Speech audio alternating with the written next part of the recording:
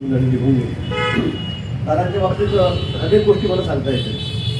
मला पत्रकार विचारतात तुमच्या काही आठवणी, तुमच्या काय, तर तुमच्या अनेक आहे. म्हणजे 35 वर्ष झाले दादाचा माझा सहवास. आमच्या सहवासाला 35 वर्ष पूर्ण झाले. दादा मला एकटं माझी होते. 90 पासून ते होते, 95 पासून मी सतत 7 वेळा निवडून गेलो. पण खरं एक दिलदार मित्र, एक दिलदार नेता, लोक बोलणारा, वेळेचं बंधन पाळणारा, एक मिळते कधी न चुकवणारा असा एक आमचा नेता राज्याने खरं गमावलेला आहे. आपण सर्वांनी गमावलेला आहे, पवार कुटुंबियांनी गमावलेला आहे. आमचं सुरुवातीच्या काळात 95 ते 99 आपलं सरकार होतं.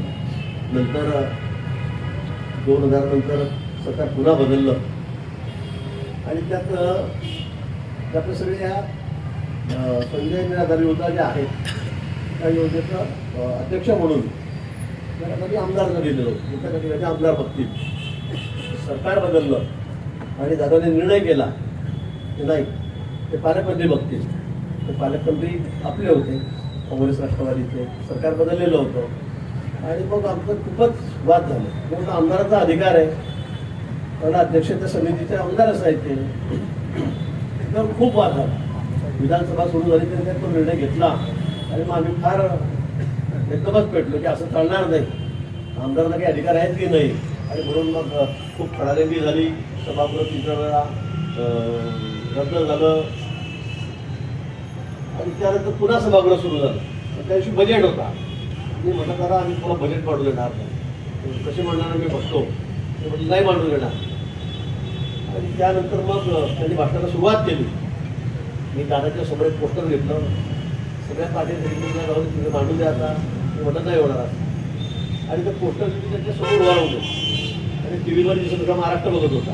आणि ते त्यावेळेस ते पोस्टर त्याच्या समोर बसून उभा राहून गेलो त्या संदर्भातल्या गोष्टांचं.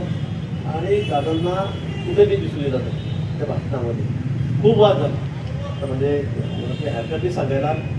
खडसे साहेब त्यावेळेला होते, ते आपले नेते होते आणि त्यांनी मला खूप चिडले ते माझ्यावर, बहिष्ठ खाली म्हणून. मला अजिबात बोलायचं नाही, पुढे अजिबात बोलायचं नाही म्हटलं. माझी सगळ्यांवर चिडलो. मी म्हटलं मी कुणाचं ऐकणार नाही. मुंडे साहेबांचं मी ऐकलं नाही. आणि ते बोर्ड घेऊन पूर्ण वेळ त्याच्यासमोर उभा राहिलं. त्याला टी व्ही दिसूच दिलं नाही. तेव्हा दादा एवढे चिडलेले होते माझ्यावर. पूर्ण भाषण झालं मी समोरच उभा राहिलो त्यांच्या. आणि ते बोलताना मी कुणाचं पोस्टर त्याच्या तोंडाकडे लावून मी उभा राहिलो, उलटा उभा राहिलो. त्यामुळे दादाचं माझ्यावर खूप राग होता. नंतर दादा मला म्हणले तुला चुकीचं केलंय, की तुला पाहून घेईल, तुला काही करा, पाहून घ्या. पण दादा म्हणजे तुला 5 वर्ष 1 रुपया सुद्धा देणार नाही म्हणे. अगदी मी सांगायला हरकत नाही. दादा माझ्यावर इतके चिडले की 5 वर्ष तुला एक गबडी